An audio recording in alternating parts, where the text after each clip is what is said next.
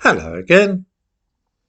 I'm sure that viewers are aware of the accusations of heartlessness which are routinely made against people in Britain who do not wish to see their country overrun with illegal immigrants pretending to be refugees.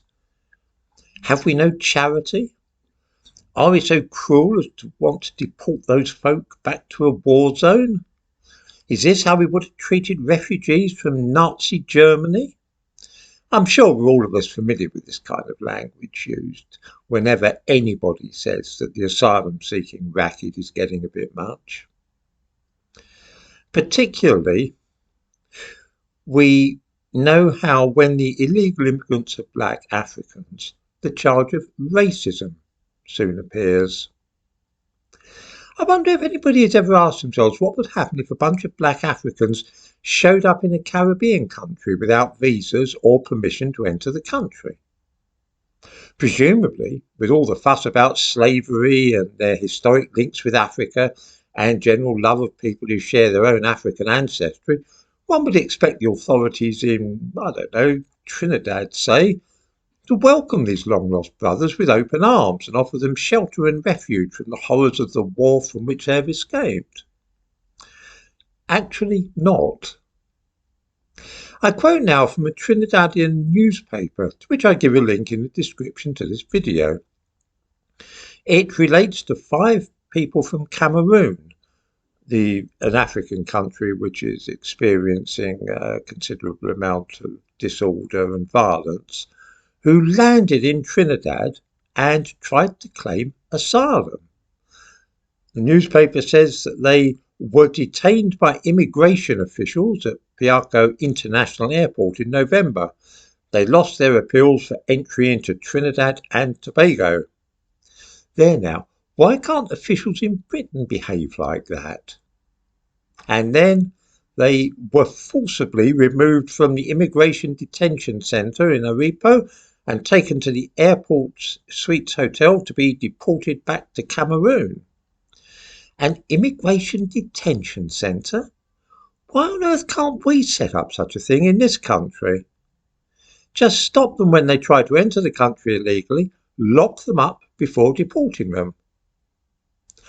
More to the point, how come Trinidad can adopt such a ruthless and uncompromising approach to illegal immigrants from Africa and nobody bats an eyelid? This business is only being reported in the Trinidad press, and not one word of it has appeared anywhere else. I wonder if any viewers have actually heard about this business or know what's happening now in the Caribbean with all the people from Cameroon and indeed other Central African countries pretending to be from Cameroon who are fetching up in the Caribbean on the grounds that they are refugees. I ought to explain that this is part of a racket whereby people from Cameroon who wish to become illegal immigrants pay to be transported first to the islands of the Caribbean and then on to South America, where they will be aided in their attempts to enter the United States illegally by moving up through Mexico and Central America. Antigua now has about 800 of these chances and doesn't know what to do with them. Some of the Africans think that it would be nice to live in a Caribbean country, you see, among their fellow black people. So once they land in a Caribbean country, they decide to claim asylum there, live alongside their black brothers and sisters. The Caribbeans, though, are not playing this game.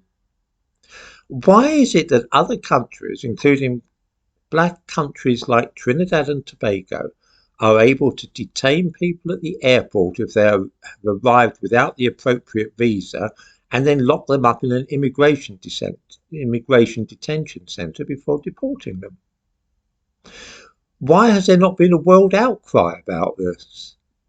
How is it that if we in Britain resorted to such measures, there would be an absolute uproar about racism and the United Nations would be condemning us the way they are for the proposed new law that will allow Britain to do something similar? Strikes me that Trinidad have the right idea here, and I'm just puzzled as to how they can get away with it in a way that Britain can't.